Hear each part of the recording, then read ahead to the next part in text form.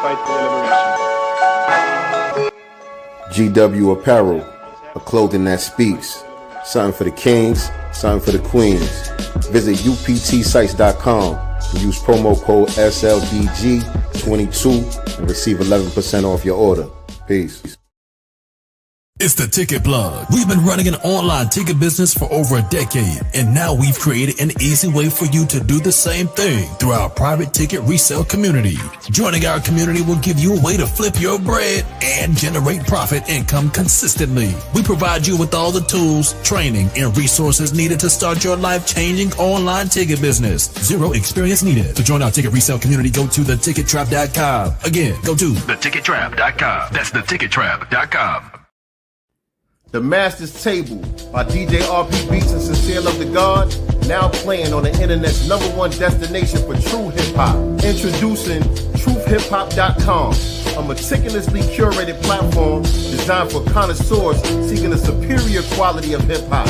Immerse yourself in an unparalleled experience of 100% bar-heavy, authentically crafted, real hip-hop. Discover the essence of the genre, reminiscent of its golden era, now playing exclusively at truthhiphop.com.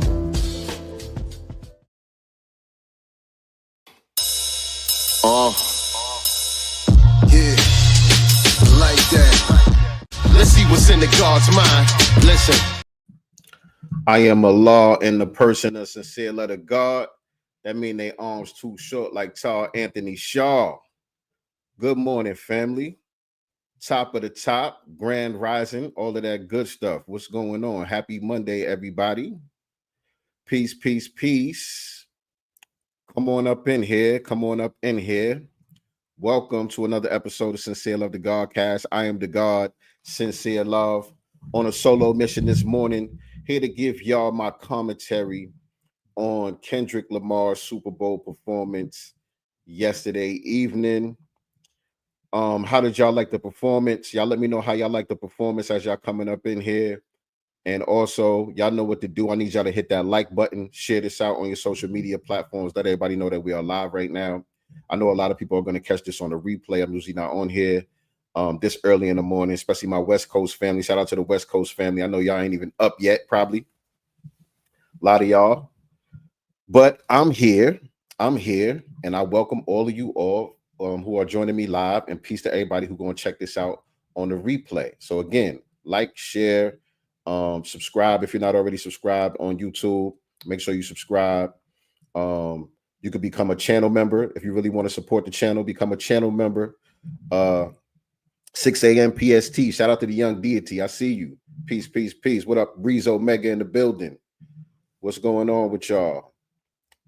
Spirit Wonder. Peace, peace, peace. Appreciate y'all coming up in here this early in the morning. Y'all had y'all coffee and things yet? I'm drinking on some tea right now. I'm getting ready to go to the gym after I get done chopping it up with y'all. But become a channel member if you're not already a channel member. We're going to be dropping some exclusive content for the channel members. Also, get you a super chat sticker. We got the super chat going on. First 30 minutes, we're trying to get up to 10 super chats popping. If we achieve our goal within the first 30 minutes, later on this week, Nice D Girl and I will host a fun gaming night with the community. You know, we'll come up with some fun games that we could play with the community. We'll hop on here one night this week and host a gaming night if we reach our super chat goal within the first 30 minutes. So $5 super chat sticker, you know what I'm saying? Go on and grab you one of those. But let's get into it, man. Today we are talking about Kendrick Lamar's Super Bowl halftime performance yesterday.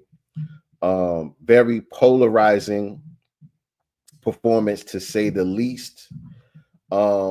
Me personally, I loved it. I thoroughly enjoyed it. I thought it was phenomenal. You know what I'm saying? So I'm on that end of the spectrum. But the other half of the internet, shout out to my co-host Nice D Girl in the building. Some of my West Coast people, y'all get up early, don't y'all? Y'all get up pretty early in the damn morning, don't y'all? Shout out to my West Coast family in the building. Y'all say peace to Nice D. She is in the building. But the other half of the internet disagrees. There's the other side of the internet who's like, man, that shit was mid. That shit was boring. Y'all hyping it, you know what I mean?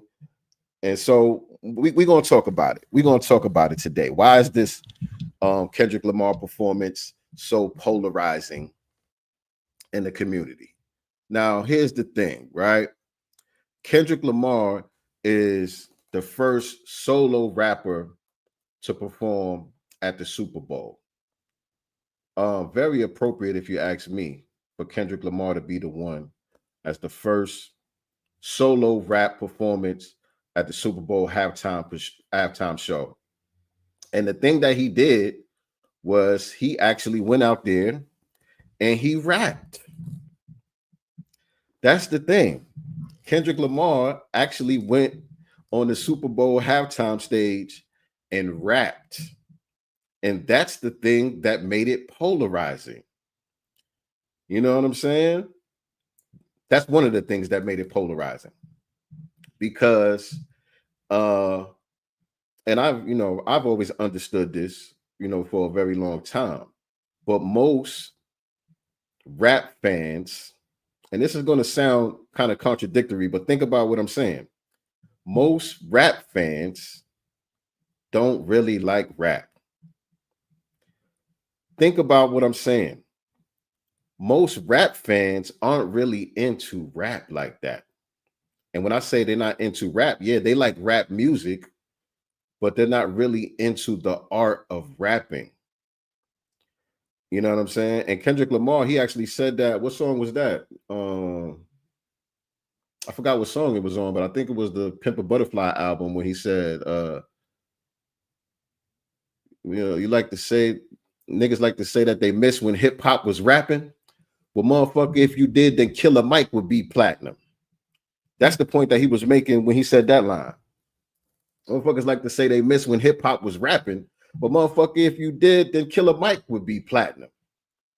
So the niggas that really, really rap are usually not the biggest rap stars. And even the big rap stars who do really, really rap, usually their biggest songs are not the songs where they really, really rapping. You know what I'm saying? And so the Super Bowl stage, conventionally, and by the way, this morning I did get a chance to check out the company man Justin Hunt's commentary on the halftime show today. So fortunately or unfortunately, I will be using some of his language. I have my own thoughts, you know what I'm saying, about the performance and the reactions to the performance and all of that. But I will be utilizing some of his language because he's more articulate than me. You know what I'm saying? He's more articulate than me. He has a better vocabulary than me. And so he gave me some of the words to say some of the things that I needed to say. So I will be borrowing some of his vocabulary for this broadcast. So shout out to Justin Hunt, the company man. Good brother. But what I was saying is how, most rap fans, casual rap fans, are not really into the art of rapping. And the Super Bowl stage conventionally is supposed to be a nostalgic moment for legacy artists to go up there and perform their greatest hits. You know what I'm saying? They get up there, they perform all of their greatest hits. They bring out a bunch of other big stars to perform with them, and they do their big hits and whatever collaborations they may have together, whatever the case may be. That is, what is expected for a Super Bowl halftime show. Kendrick Lamar went into this intentionally doing quite the opposite of that. It was very intentional of Kendrick Lamar to go out there and say, nah, that ain't what we doing here. I'm going to be who I am as an artist, which is a storyteller. I want to use this stage. I want to use this platform to be able to tell a story and to be able to use symbolism and, my words and everything that I can to deliver certain messages on the biggest stage in the world. And performing on my biggest hits is not going to, I'm not going to be able to accomplish that goal. Performing on my biggest hits, yeah, it would be a good show. He got the hits. He got a bunch of top 10, top 5 hits that he could have went out there and performed. and most people would know the words to the songs. You know what I'm saying? Most people would be able to sing along and they would just enjoy the show. It would be a fun, entertaining show. But he said, I want to do a little bit more than just entertain. You know, I'm not here to just entertain. It's not a monkey show. You know what I'm saying? And unfortunately, a lot of the rap fans that have come to expect nothing more than a monkey show from rappers. You know what I'm saying? A lot of people like, yo, it should have been Lil Wayne. Lil Wayne would have killed it. Da, da, da, da. And I like Lil Wayne. Don't get me wrong. I'm not calling Lil Wayne a monkey or nothing like that. I'm not saying that. I like Lil Wayne. Lil Wayne is dope. If Lil Wayne would have performed, I'm sure it would have been incredible. You know what I'm saying? I have no doubt in my mind. He would have did his thing. But he wouldn't have did this thing because he can't do this thing. Lil Wayne would have went out there. He would have did, you know, Lollipop and A Millie and, you know what I'm saying? All of his big hits. And he would have brought out, you know, all of the big artists that he collaborated with over the years. And it would have been a good halftime show. But the trick with someone that has the real artistic excellence, like a Kendrick Lamar, and he's in very rare air. There's not too many artists that are able to reach a level of commercial success and still maintain a level of artistic integrity at the same time.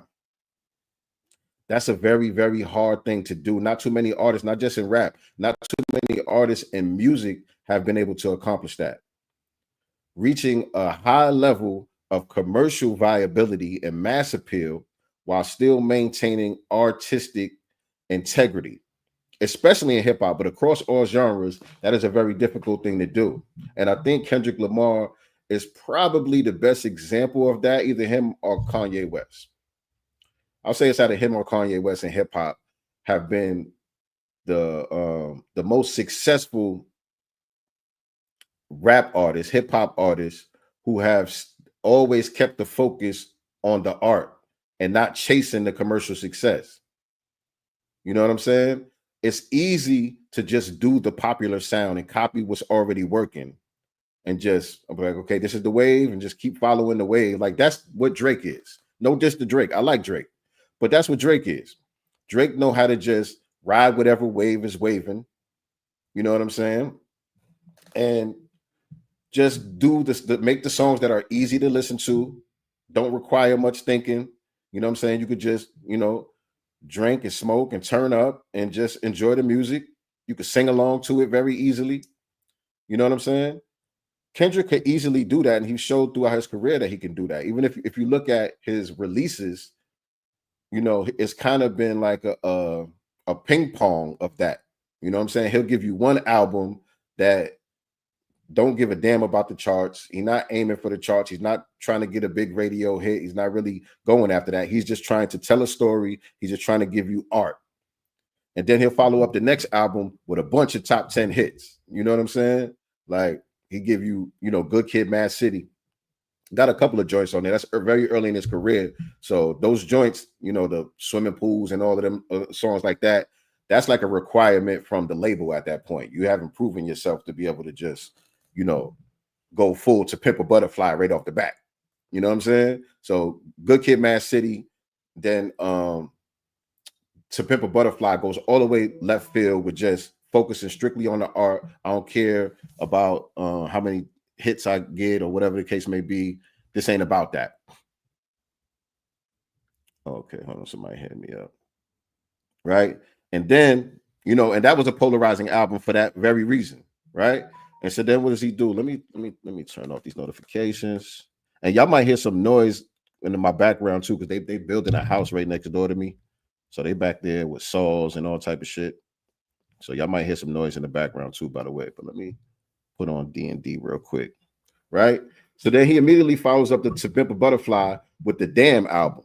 And Damn album, while still maintaining artistic integrity, is jam-packed with hits.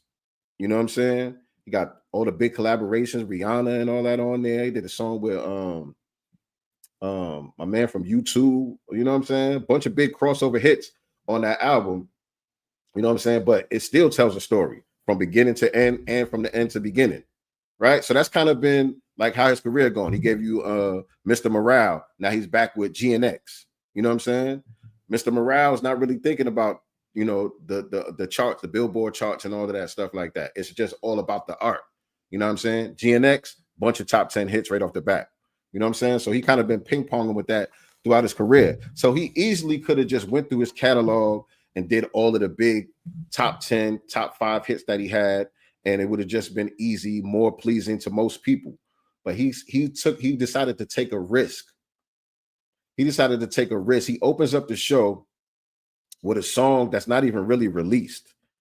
The song that he opened up the show with is a snippet from the GNX album. It's basically like a trailer when the album was about to drop. It's only on YouTube. It's not on the album. It's not even a full song. It's like a 1-minute snippet that he released on YouTube before the GNX album dropped, to kind of just let people know that the album was about to drop.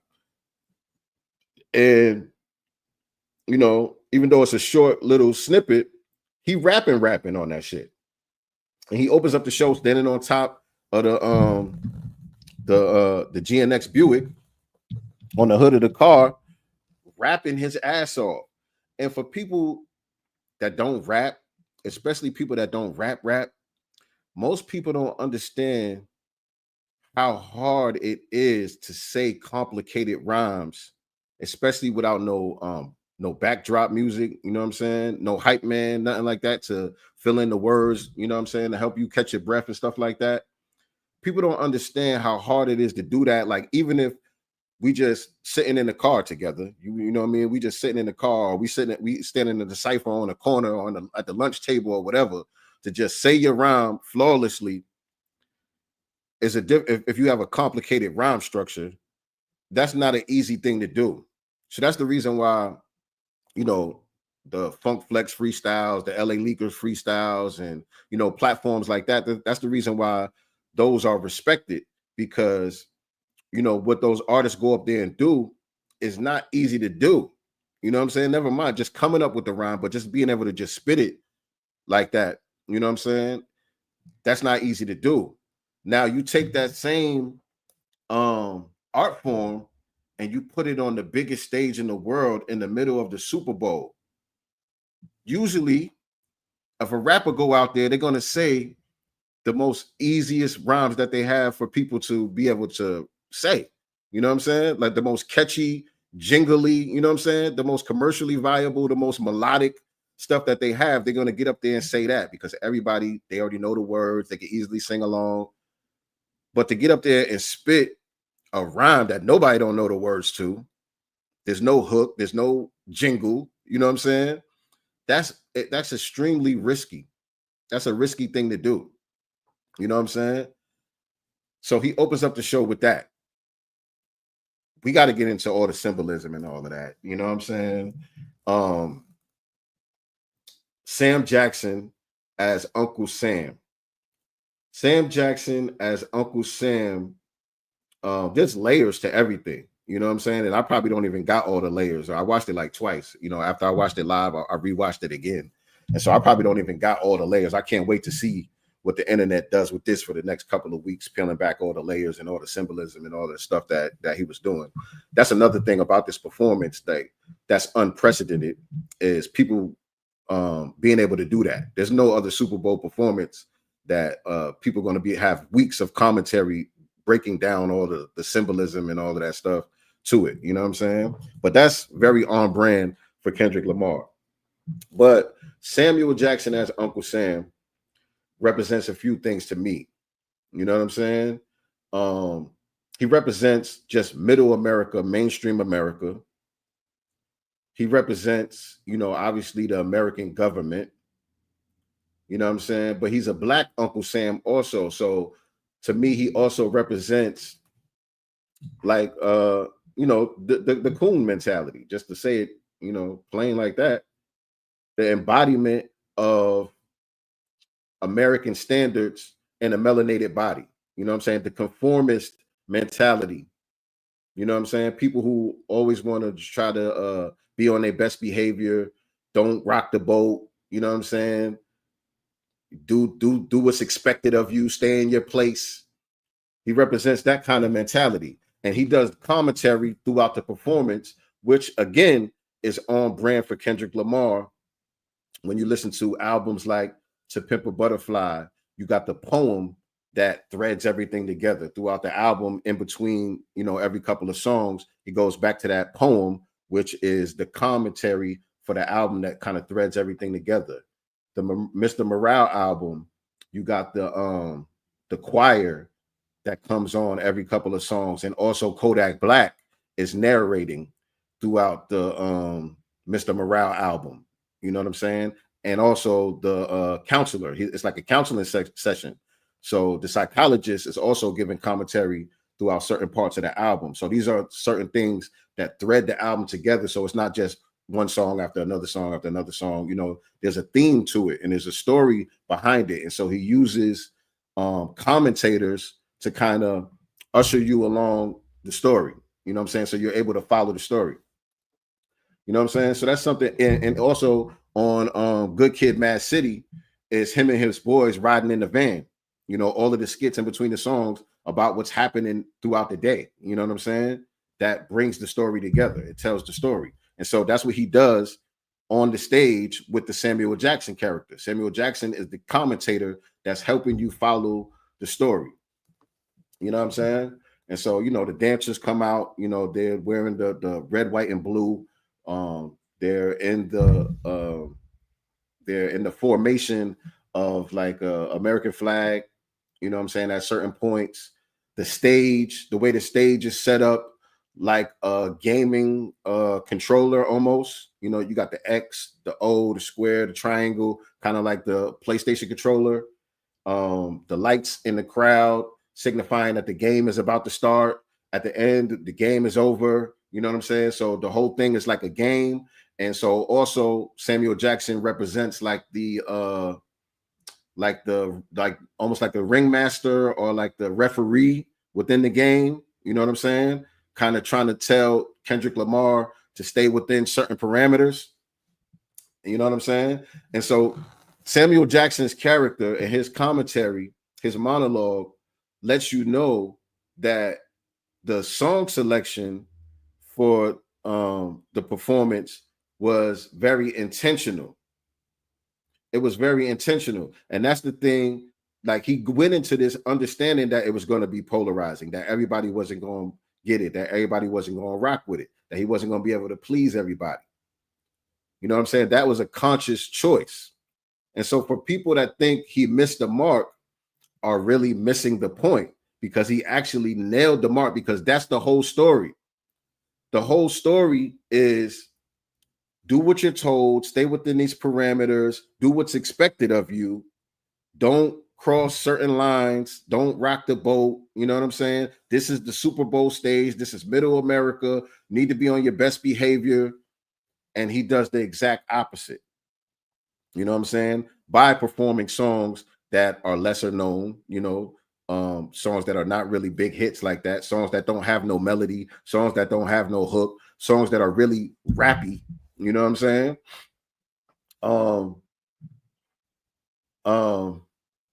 What else? Let me go to this article to kind of help me, so I don't have to try to remember everything off my head, to kind of usher me along of what happened throughout the performance.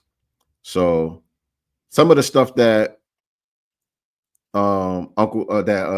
Samuel Jackson was saying when he comes out, he says, salutations, it's your Uncle Sam, and this is the Great American Game. So the Great American Game refers to the football game. It's the Super Bowl. You know what I'm saying? But it's bigger than just the Super Bowl and the football game that's taking place. There's a game that's taking place in the story that's being told within the performance. Like I said, the stage is set up like a gaming console. Also talking about the game that you have to play as an entertainer in order to reach certain levels of success. Usually you have to play the game. You have to go along to get along. You have to do what's expected of you. You know what I'm saying? You can't be too controversial. You can't be this, that, and the third. You got to be more cookie cutter. So that's the game that you're supposed to play in order to even be at the level that a Kendrick Lamar is at. So that's the Great American Game that Uncle Sam is referring to at the beginning. So let me see. What does he do? What does he do? Okay. He opened up with the unreleased song. I already talked about that. And so after he did the unreleased song, I think he did Squabble Up, which is a pretty big song, but it's a new song. It's a current song, so it doesn't give you the nostalgia. It's not about the legacy, and that's another thing too that I wanted to mention. I don't know if y'all got a chance to check out the interview that he did before the Super Bowl on Apple Music with Ebro and Nadeska. They interviewed him, you know, leading up to the Super Bowl halftime show or whatever. And he was talking about in that interview being in the present and not really dwelling on the past too much. You know what I'm saying? He talked about being proud of everything that he's been able to accomplish throughout his career and all of that, but he doesn't want to be stuck on that and dwell on that. He wants to be more present about what's happening now in the moment. And he shows that throughout the performance because, again, there was plenty of hits that he could have went back to, you know what I'm saying, that guaranteed would have went well. But he decided to go with what's happening now, what's current right now. So right after that, he went into Squabble Up. You know what I'm saying? And then Sam Jackson, he comes back with his commentary. Sam Jackson says, no, no, no. Too loud, too reckless, too ghetto. Too loud, too reckless, too ghetto. And so this was some of the criticism that was levied at the Super Bowl from Middle America about choosing K-Dot to perform at the Super Bowl. Oh my God, is it going to be more of this ghetto? Is it going to be some lewd activity? This is not the, you know, my kids are going to be watching and we don't want to see no inappropriate stuff. You know what I'm saying? That's coming from Middle America right there. So Sam Jackson in those words are kind of speaking from that perspective. No, no, no, too loud, too reckless, too ghetto. He says, Mr. Lamar, do you really know how to play the game? So you're supposed to be playing the game. You don't open up with rapping your ass off some song that nobody don't know at the Super Bowl. You don't do that. You know what I'm saying? And you go into Squabble Up. Well, like I said, Squabble Up is a hit, but it's like, you know what I mean? It's not very nostalgic. It's not what people are really expecting to hear from you. People want to hear like, we all right. You know what I'm saying? People want to hear like swimming pools and, you know, money trees and, you know what I'm saying? Some of them real big songs that he could have done that he chose not to do. So Sam Jackson, like, do you really know how to play the game? Then you got to tighten up. Right? And so what does he do after that? So what Sam Jackson is basically telling him to do is, nigga, you got to do the hits. This is the Super Bowl. You got to perform the hits. And so, boom, that's carrying along the story. So Kendrick Lamar goes into Humble, which is one of his big hits. He performs Humble. He performed DNA, which is another big hit. You know what I'm saying? So he basically took the bait from Sam Jackson to go into the hits or whatever the case may be. Now, I can't remember exactly what was happening on the stage at those moments, but at each of these moments that he's performing, there are things happening on the stage with the dancers, with the lights, with which part of the stage he's on, whether he's on, you know, the X, the O, or the triangle. All of these things are significant to what's happening in the story. You know what I'm saying? All of these symbols are there to help tell the story and convey the messages as well. And like I said, obviously I don't remember off top what was happening on the stage, and I can't play it here. You know, obviously it'll get taken down, it'll get a strike. So I can't play it here either. You know what I'm saying? But there are things happening on the stage that are helping to tell the story as well. Some of them I remember, some of them I don't. But he did Humble, he did DNA. So he went into some of those big hits. Those are both from the Damn album. Like I said, the Damn album is jam-packed with a bunch of hits. So he could have did Loyalty and brought out Rihanna. You know what I'm saying? People would have went crazy over something like that. But he chose not to do that. So for people that think that he missed the mark, it's not like he didn't have the joints that he could have did. He was very intentional about not going that route, not doing what's conventional and what's expected. You know, that was part of the story that he's telling. I'm not that type of artist. That's not what we're doing here. We're going to do this my way. And I'm going to tell the story that I want to tell. So I think that was when the dancers were in the form of the American flag, when he was doing Humble and DNA. I think that's when they were in the form of the American flag, if I'm not mistaken. Let me see. Right. And so, if I'm not mistaken, he went into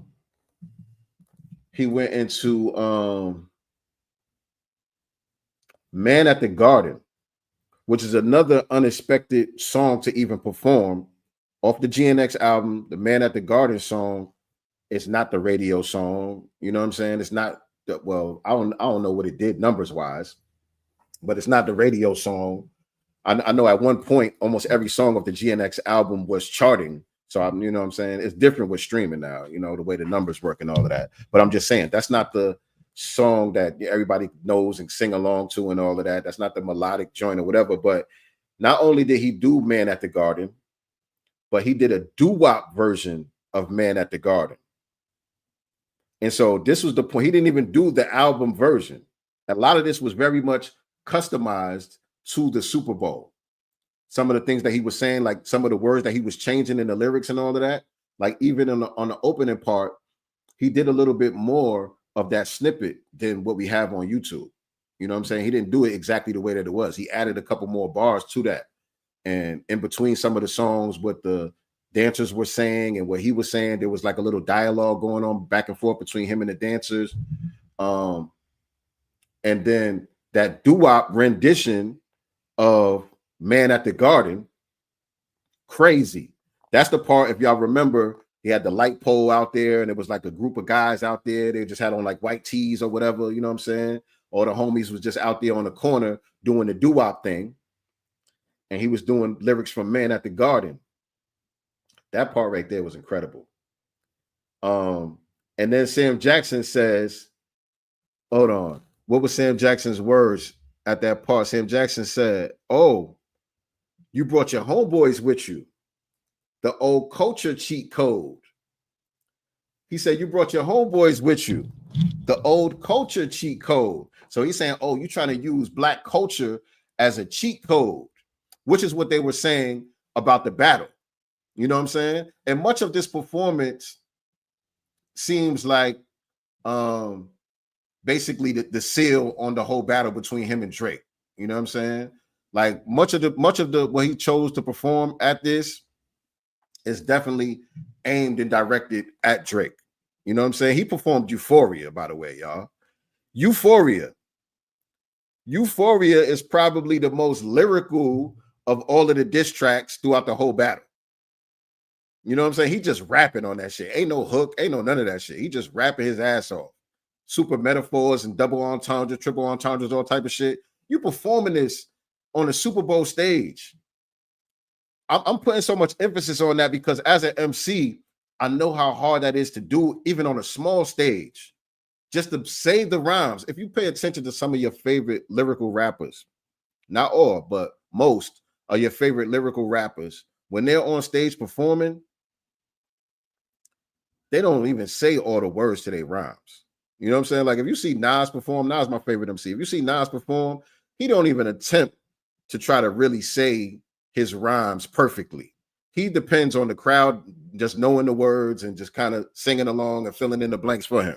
He's not even attempting to try to say those rhymes because that's a difficult thing to do night after night. You on tour, you doing, you know, a couple of shows a night sometimes, 4 or 5 days throughout the week. You know what I'm saying? That shit gonna take a lot out of you.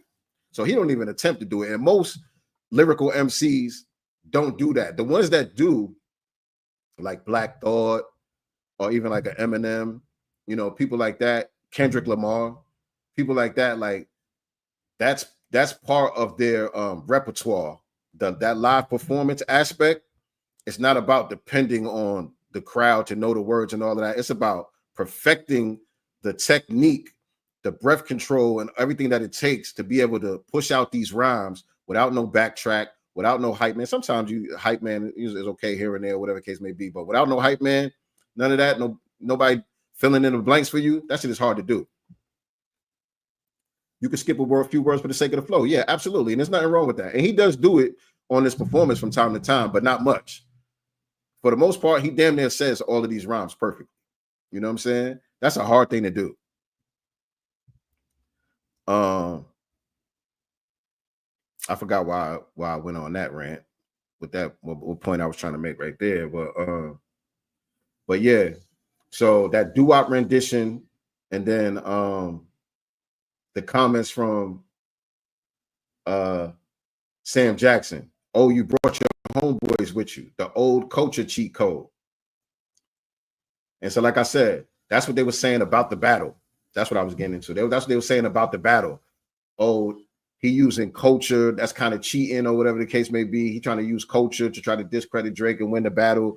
You know, it's kind of like people used to say the same thing. I don't know if y'all follow battle rap like that. I'm not like, you know, a big follower of battle rap, but I watch some of the battle raps and shit. And one of the most legendary ones that I know about, that I remember, was Loaded Lux versus what's my man name from Detroit? His name is escaping me right now. That's like one of the most famous ones from the Smack battle raps and all of that shit. When he went into the whole thing about you just another lost nigga. I'm here to give you the large picture. You just a lost nigga. If y'all remember that one, y'all know what I'm talking about. Some of the criticism, and that was ill. That was ill. You know what I mean? But some of the criticism that, you know, some of the critics of Loaded Lux for that battle was that he was dropping knowledge. You know, you using knowledge, you know, that's kind of like you cheating. You know what I'm saying? They try to say like that's a cheat code. You know what I'm saying? You're trying to drop knowledge and you know, trying to get deep on niggas and all of that. You know, everybody can't get deep like that, so you cheated. You know what I'm saying? So that's kind of what they were saying about Kendrick Lamar. You know what I'm saying? Throughout the battle. Oh, you're using the cheat code with the culture. You know, Drake ain't really grow up in the in the culture like that, so it's a cheat code, right? And so he said, "Scorekeeper deduct one life." That's what Sam Jackson said after he performed that doo-wop rendition, which is very much cultural. You know what I'm saying? He says, "Scorekeeper deduct one life." And then Kendrick Lamar performs Peekaboo. Now, the Peekaboo song off the GNX album, if y'all, you know, been following the internet commentary, people have been talking about how that song is alluding to Drake's alleged involvement in the murder of XXX and Tentacion, however you say his name, Triple X Extension, the rapper from Florida that got killed or whatever the case may be. For a long time, people have been saying Drake has something to do with that. And the song Peekaboo, a lot of people were saying was alluding to Drake's involvement, alleged involvement in that situation. All right. And so while he's performing Peekaboo on stage, he's standing in the middle of a huge X. He's standing right in the center of a huge X performing Peekaboo. Right. And then after that, he goes into Luther and brings out SZA. Tentacion, thank you. XXX Tentacion, thank you. That's how you pronounce his name. So yeah, right after that, he brings out SZA, which is another X. That's Drake's X. Right? And then later on in the show, you had Serena Williams crip walking, which is another one of Drake's X's. So that's 3 X's, you know. So a lot of people are pointing to, you know, that might be tied into the whole Peekaboo thing with him alleging that Drake was involved somehow with that whole thing, the 3 X's. You know what I'm saying? So you had that, but Back up, he did Peekaboo, he did Luther, brought out SZA. And the thing about it, he brought out SZA was the only musical guest that came out. You know what I'm saying? You had Mustard, you had Sam Jackson, obviously, you had Serena Williams. I think that was it as far as guests, but SZA was the only musical guest. But both of the songs that they did are Kendrick Lamar songs. Usually they bring out at the Super Bowl when they bring out guests, you know, they might do a song that they have together if they got a big hit together. But usually they'll bring out the guests to do a couple of their own songs. You know what I'm saying? Or at least snippets of their own songs. But SZA came out and did the songs that she is on with Kendrick Lamar, the Kendrick Lamar songs. You know what I'm saying? The Luther song and then All of the Stars from the Black Panther soundtrack, which was a big hit, by the way. Right? And so Man at the Garden, I mean, not Man at the Garden, but Luther, melodic song, dance record, club record, you know what I'm saying? Radio record. And All of the Stars, big top 40 hit, you know what I'm saying? Crossover record, well known. Most people know the song and all of that. Catchy hook and all of that.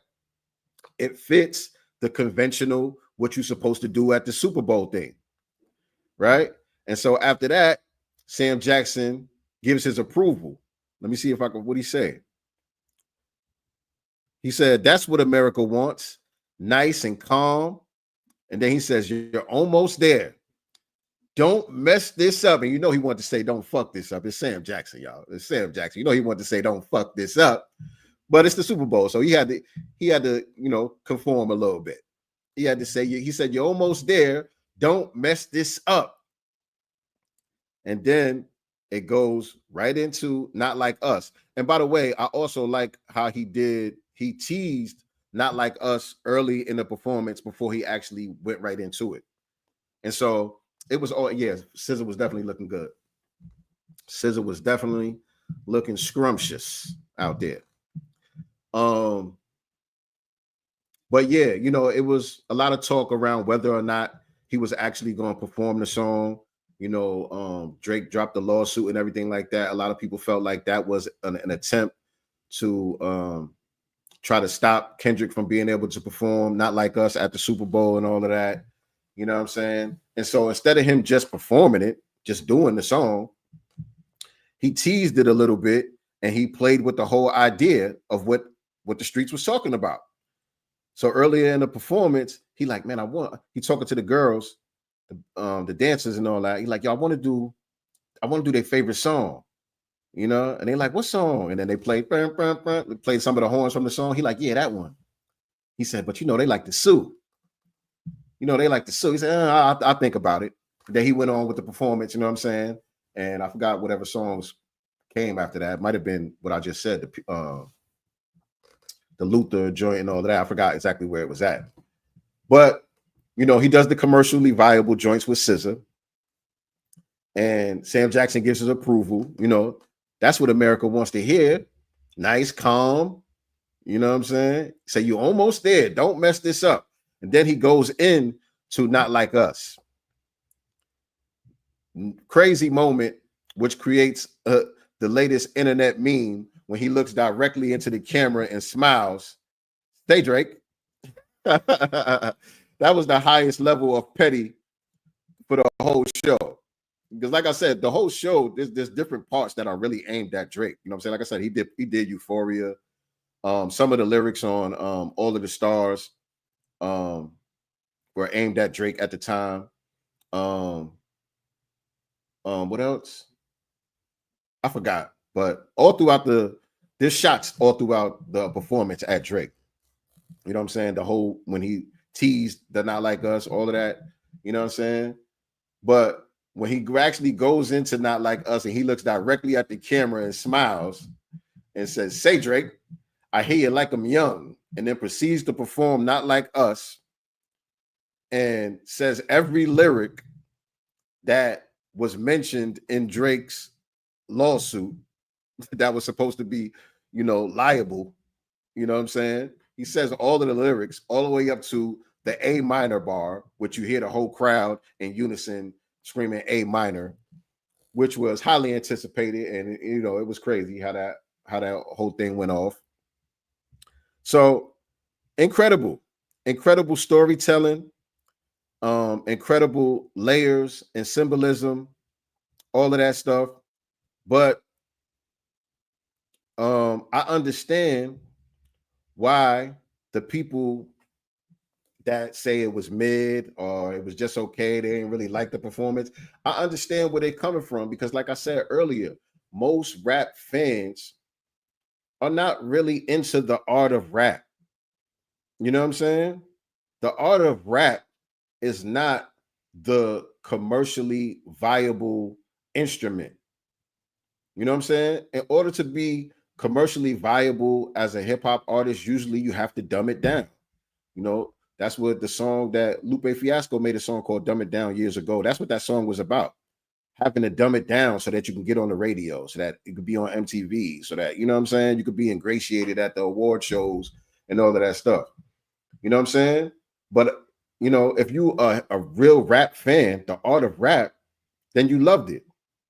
But if you're just a casual fan, then I understand why you didn't enjoy this that much, because y'all look at rap that's supposed to be just some turn up shit. It's supposed to be just a good time. It's supposed to be, you know, a lot of shucking and jiving. You're not supposed to have to think. You know what I'm saying?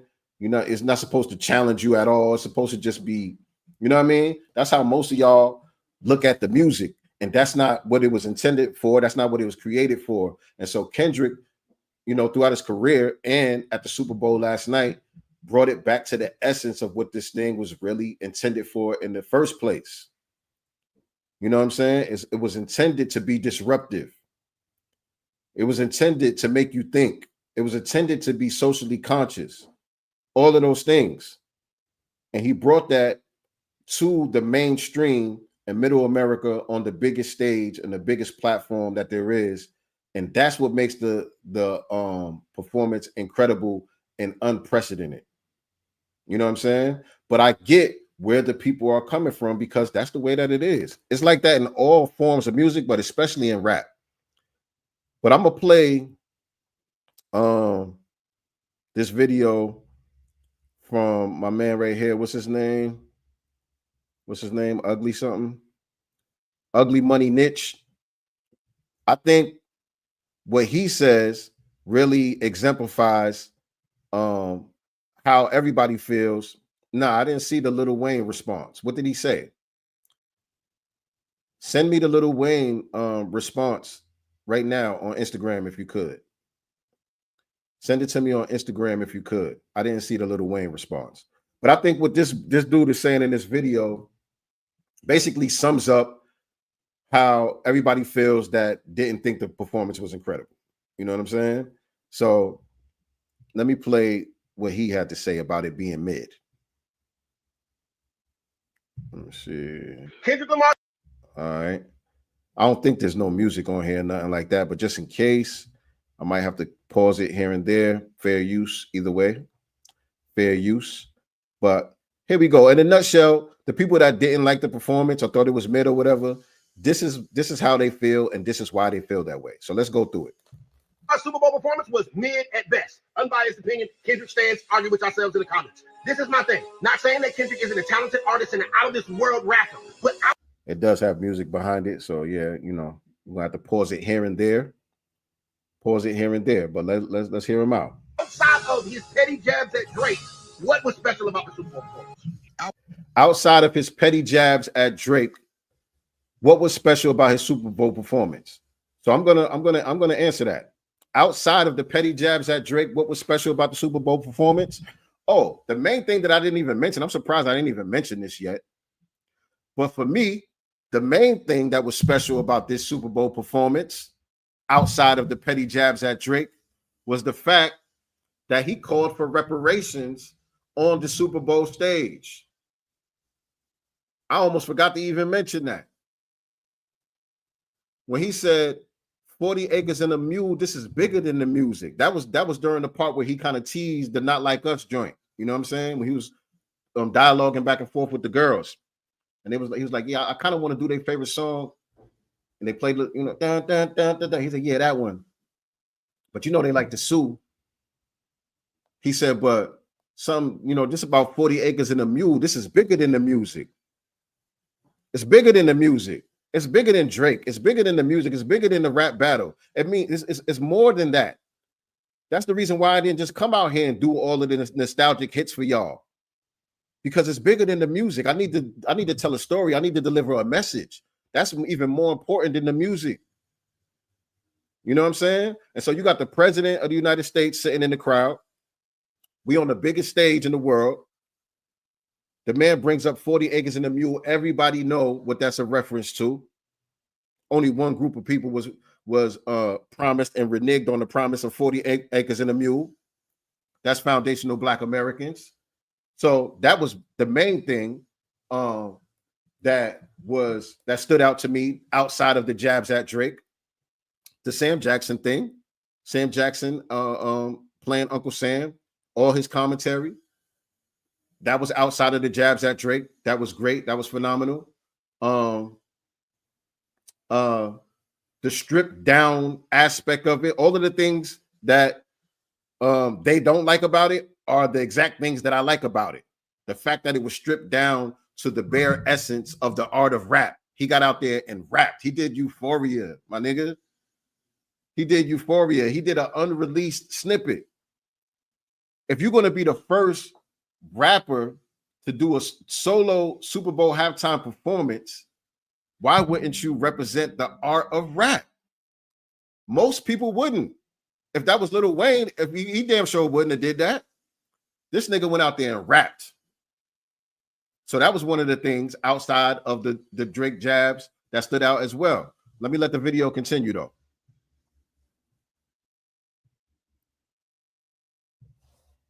I'll wait. Name one thing. Still waiting. I already named a couple things. Whatever he did and said that was aimed at Drake, what was special? And what Super Bowl performance was his performance better than? What Super Bowl performance was his performance better than? To me, it really shouldn't be compared, but that's the nature of things. People are going to compare. You know what I'm saying? That's just the nature of things. But to me, it's not about ranking, you know, who was better this and that third. And, you know, how you going to compare what Kendrick Lamar just did to, you know, Usher performance? You know what I'm saying? Like Usher did exactly what's expected at the Super Bowl. And it's great. I'm not saying there's anything wrong with that. It was great. You know what I'm saying? But he did all his biggest hits. He brought out all the biggest names of people that he collaborated with and all that stuff. We had a great time. It was a great time. But there was nothing there for us to do commentary about and peel the layers back on and all of that stuff afterwards. I'm not saying there's anything wrong with that. But I'm just saying this is more on brand for a Kendrick Lamar. For Kendrick Lamar to be who he is and to be where he is it's almost a miracle within itself.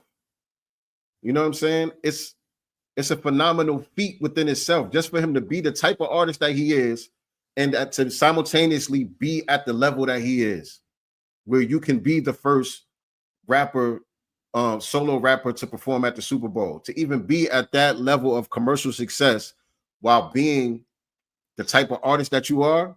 That almost never happens. You know what I'm saying? So that within itself is just phenomenal. But as far as comparing him and all of that, like people gonna have their favorites. You enjoyed Usher or Prince, Michael Jackson, obviously, Janet Jackson, you know, all of the great Super Bowl performances over the years. Take your pick. You like what you like. You know what I'm saying? I'm not saying that this is better or anything like that. This was unique, though. This was very unique. You know what I'm saying? So it doesn't have to be better. It is what it was meant to be. Was it better than Usher? Was it better than Pregnant Rihanna?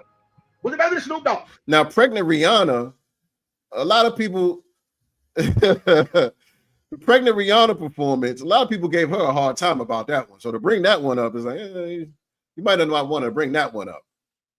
You know what I'm saying? Because there was a lot of criticism for that one. That wasn't a great Super Bowl halftime show.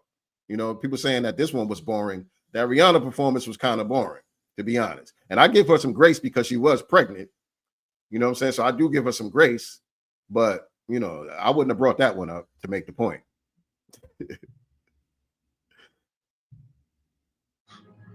You see where I'm going?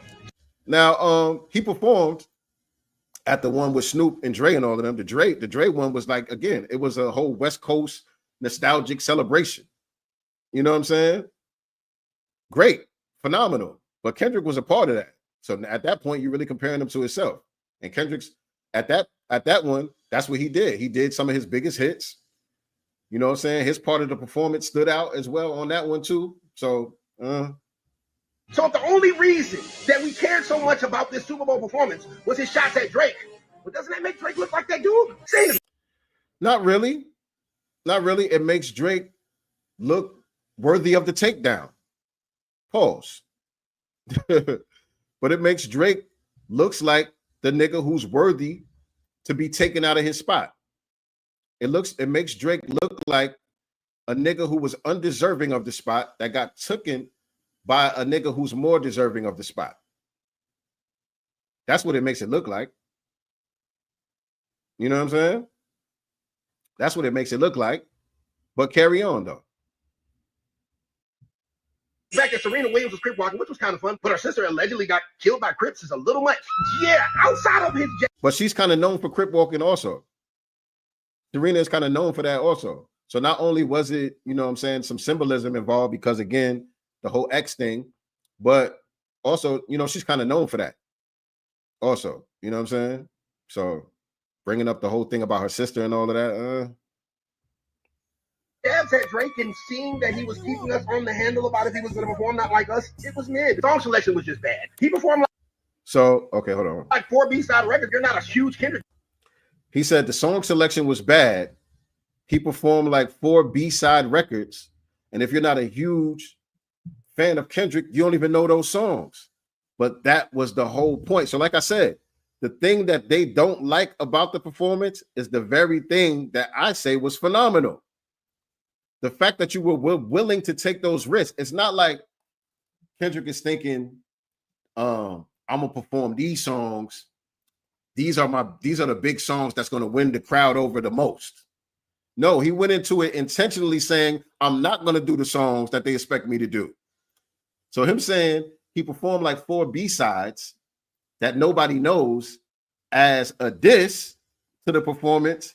That's the very thing that makes the performance special for niggas like me. You know what I'm saying? Not just because I know those songs and I like those songs, but because it goes against conventionalism. And that's what hip hop is supposed to be. It's supposed to be disruptive. So you put in the true art form on the main stage. You put in the true art form of the culture that you come from onto the main stage instead of conforming to the watered down version that they like.